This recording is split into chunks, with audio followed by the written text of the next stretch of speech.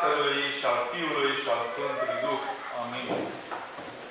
Bine ne-am reîntâlnit sau ne-am întâlnit pentru prima dată cu unii dintre dumneavoastră la acest praznic frumos și luminat al nașterii Domnului.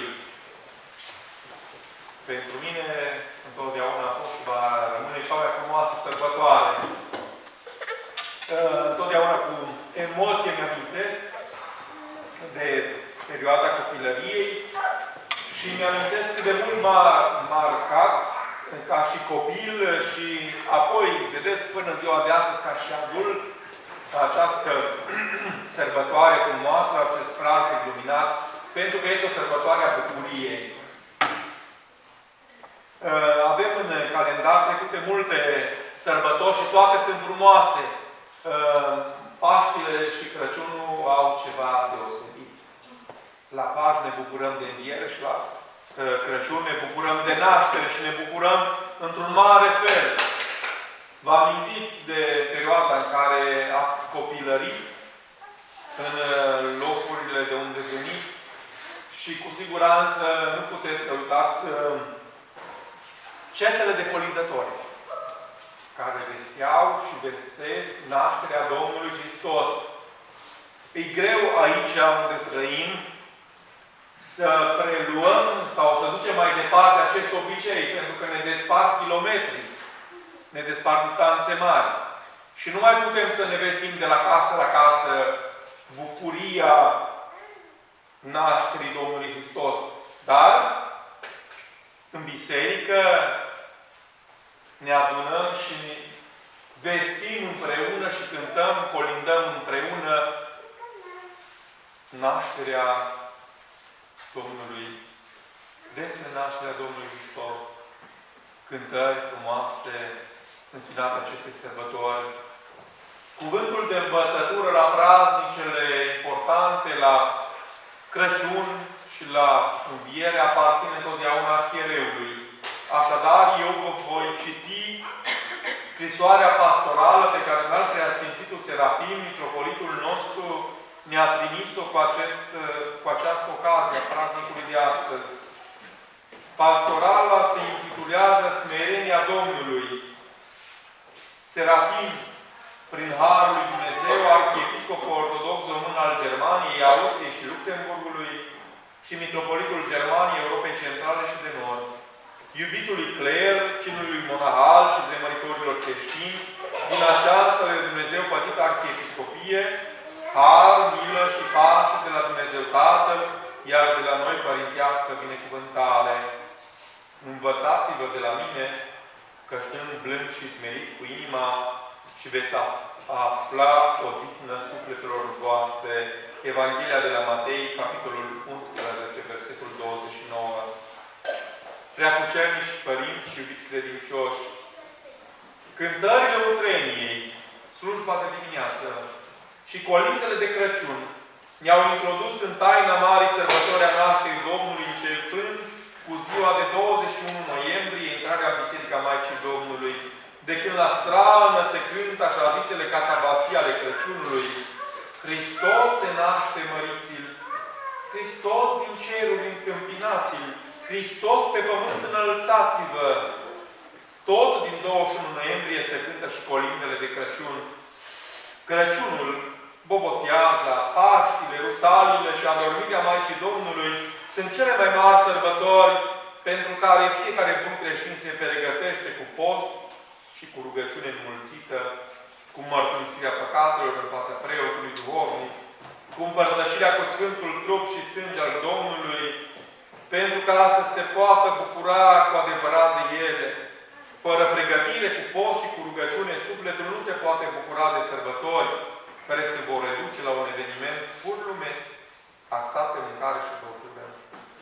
Din păcate, cei mai mulți creștini de astăzi sărbătoresc Crăciunul doar cu mâncare și băutură și uită cu totul sensul lui duhovnicesc și mântuitor.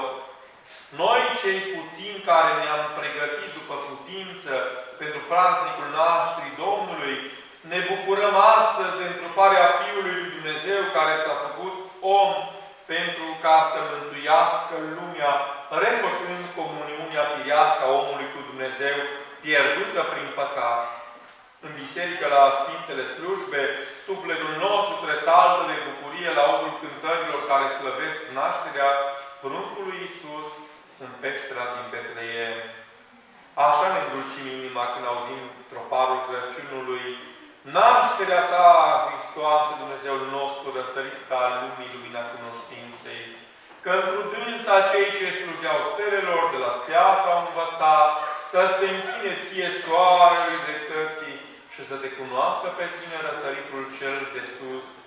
Doamne, slavă ție! Sau Cata Vasile nașterii, Hristos se naște, măriți-l! Hristos din ceruri întâmpinați-l! Hristos pe pământ, înălțați-vă!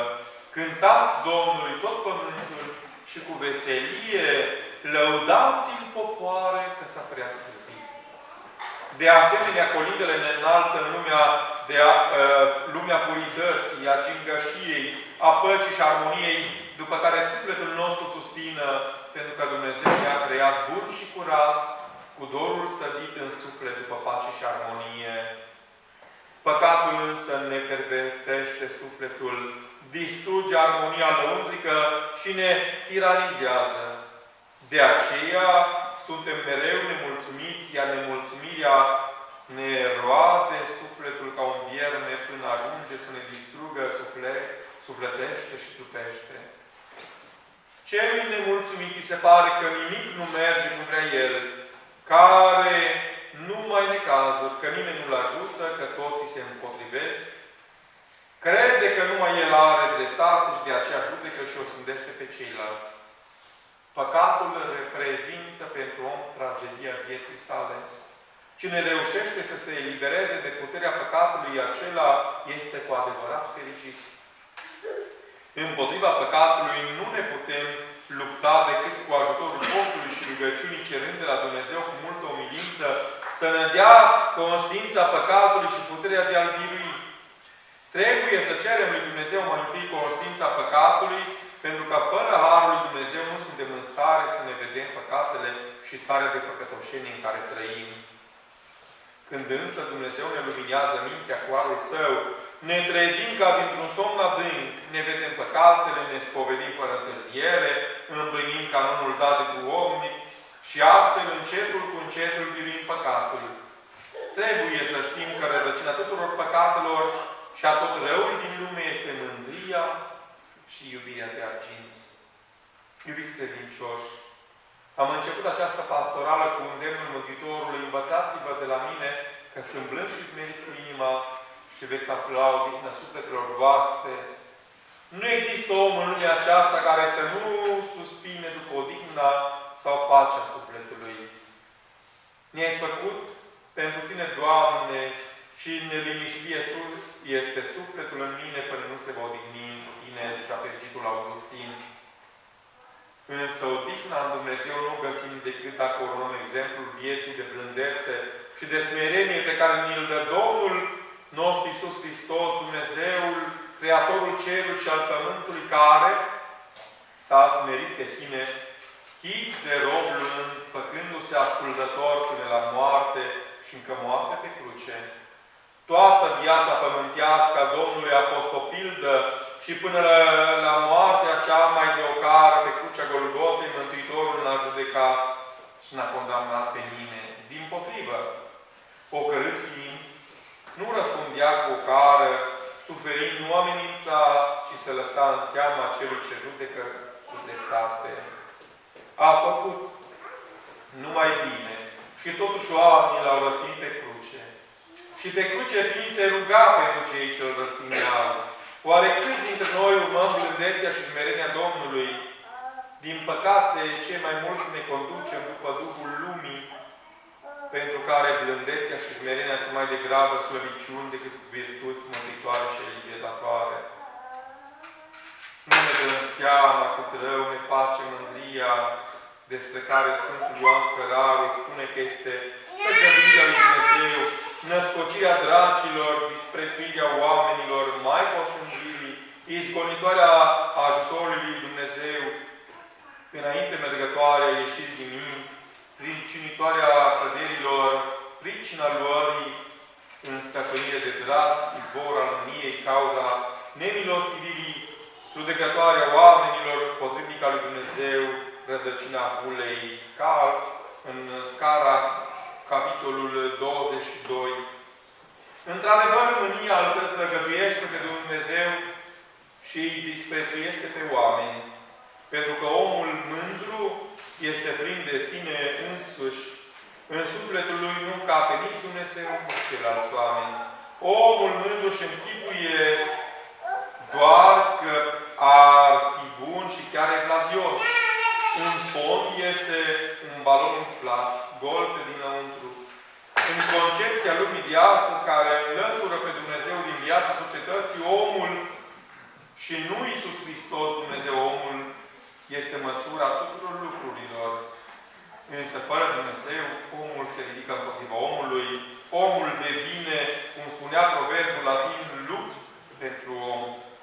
Mândria este atât de înrădăcinată în sufletul nostru, încât fiecare vrea să se conducă numai după bunul său plan.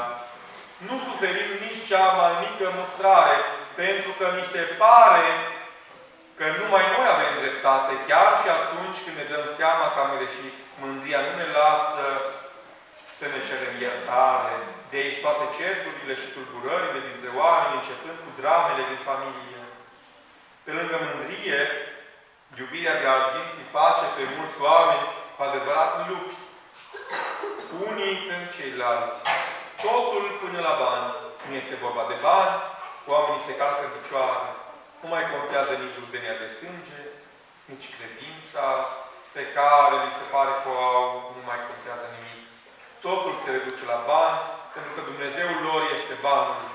Pe linie socială, goana după îmbogățire creează multe nedreptăți în lume. Chiar și în țările bogate care s-au dezvoltat și se dezvoltă în detrimentul celor sărace.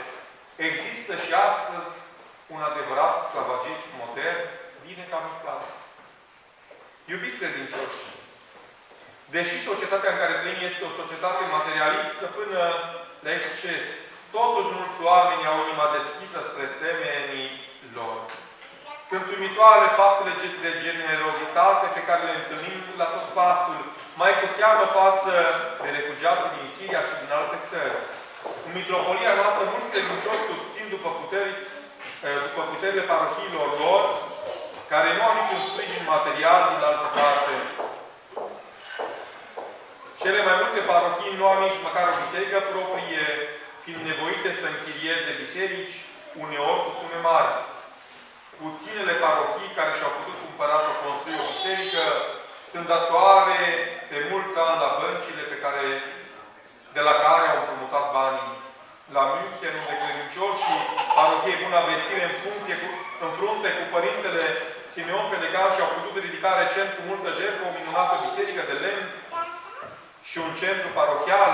Preasfințitul episcop Sofian Brașovianul se străduiește acum să construiască prima mănăstire românească cu un centru bisericesc, cultural și social.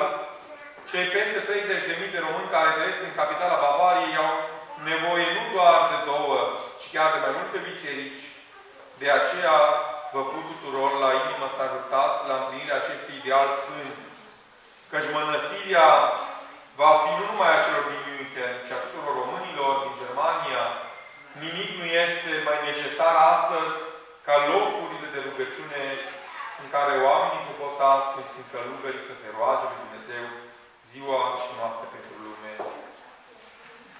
Pe această cale îmi exprim recunoștința față de toți credincioșii noștri care susțin pe preacucernici și preoți în diferitele acțiuni la nivel parohial. Un cuvânt de mulțumire adresez mai cu seamă celor care susțin proiectul Mitropoliei Burse pentru copiii săraci din Moldova. În cadrul acestui proiect ajutăm lunar 400 de copii din județele Vaslui și Botoșani. Este o imensă bucurie pentru acești copii care își pot cumpăra pe bază de bonuri în valoare de 25 de euro un minim necesar pentru hrana lor. Prezentarea acestui proiect se poate vedea pe pagina de internet a Mitropoliei.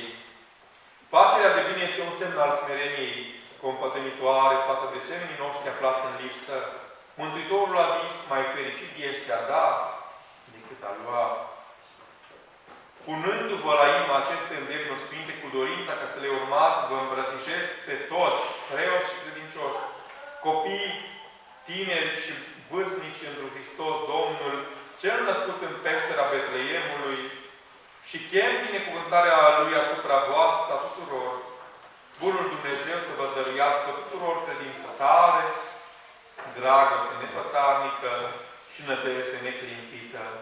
Sărbători fericite și la mulți ani. Al vostru, al tuturor, de binevoitori și fierbinte rugători către Dumnezeu Serafim, arhiepiscop și mitropolit. Să ne trăiască într-o mulți ani la Sfințitul. Și eu vă spun să aveți pace, bucurie în această sărbătoare frumoasă a Crăciunului.